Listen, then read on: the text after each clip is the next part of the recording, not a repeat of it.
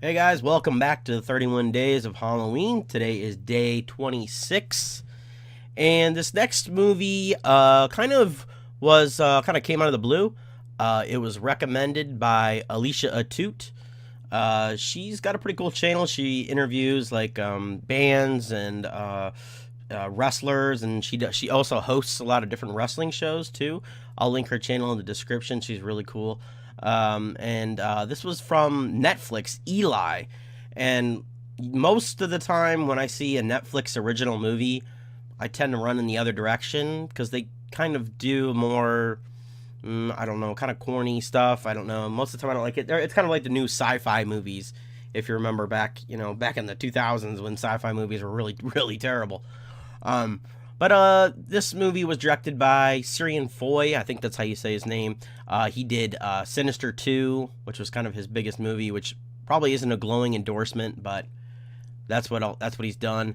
And it stars, let's see, the most recognizable woman would be Lily Taylor. She was in The Conjuring, and she was in The Nun. And then the rest of them are fairly people you might not know. Max Martini, he was in Pacific Rim, and he's in a bunch of TV shows. Those are the recognizable people that you might notice in the movie. The movie is about a family whose son, who's basically the center of the film, is sick. And every time he goes out into the sun or out anywhere that's kind of open air, he gets really sick and he starts getting boils on his skin and he just starts burning up. And so he has to wear like a hazmat suit outside, and he lives in a bubble basically. And so his mother and father find a doctor who has a cure for him. And so they bring him to this home that's completely sanitized and everything, and it's ready for him to kind of walk around in, and he's going to get cured. And so they go there, and he starts seeing weird kind of ghosts and paranormal things going on, and he doesn't really know what's going on. And then this girl comes out. She's outside of the building. She's like a neighbor, and she's kind of telling him like, there's been kids here before, and just kind of talking to him, trying to help him out. And he's trying to tell everybody this, and nobody's believing him. And the doctor keeps saying, it's a side effect of the medication that you're getting. And so that's kind of where I'll stop telling you about the movie, because this movie has an amazing twist to it that almost would completely ruin the surprise for you. I don't know. There's a lot of times where I have super low, zero expectations for a movie, and then I watch it and it blows me out of the water. And that's this movie. Like, the final 20 minutes, I'll say, 30 minutes, are balls to the wall insane. Like, and it's completely out of left field. It completely flips the script on what you're expecting.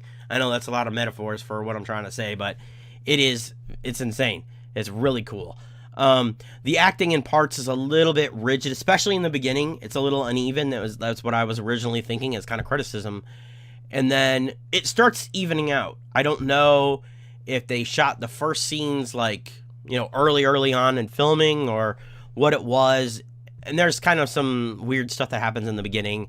And definitely the first part of the movie is slow. And the first part definitely feels like it's labeled as a teen scream on Netflix, and it definitely feels that way. Like I said, in the first hour and maybe 10 minutes, and then boom, the movie completely switches gears. Another metaphor for you guys, but it's worth it. It's totally worth it to sit through the first part. And the first part's not even bad. There's actually some really creepy paranormal stuff that you get to see. They do kind of the spider walk. Not really a spider. Yeah, it's a spider walk, when her back is arched and then she moves up, and there's a couple weird things happening with the ghosts. They kind of attack the kid, and he's trying to tell the adults that something's going on. They don't believe him. There's kind of a theme of lying in the movie. It's a pretty central theme to the whole film, really. Kind of, telling your family members a lie, kind of to get them to do what you want them to do, but also kind of to protect them from something, and that's a central theme in this movie. Um, yeah, it's really solid all the way around. I highly recommend this one. It's probably a 4, and I'm giving it a 4 because, like I said, when I see movies sometimes, like if I have zero expectations for them and they completely blow me away, I over exaggerate how good they are. But this movie is definitely, I'm telling you, the last half hour is totally worth it. Definitely worth it. So yeah, that's 4, and that's Eli on Netflix. I highly recommend you guys check it out. Again, I don't know what I'm watching for the coming days. Like I said, tomorrow I have a concert I'm going to, so it could disrupt. I guarantee a movie will be out the next day. It's only going to disrupt things on my end in terms of what I'm going to watch. So you guys will be completely covered. So thank you guys for watching. Like I said, definitely check out Eli on Netflix. Like the video if you haven't already. Subscribe because I got a bunch of more stuff coming up. If you guys have been watching my past reviews, you already know the things I got on the way.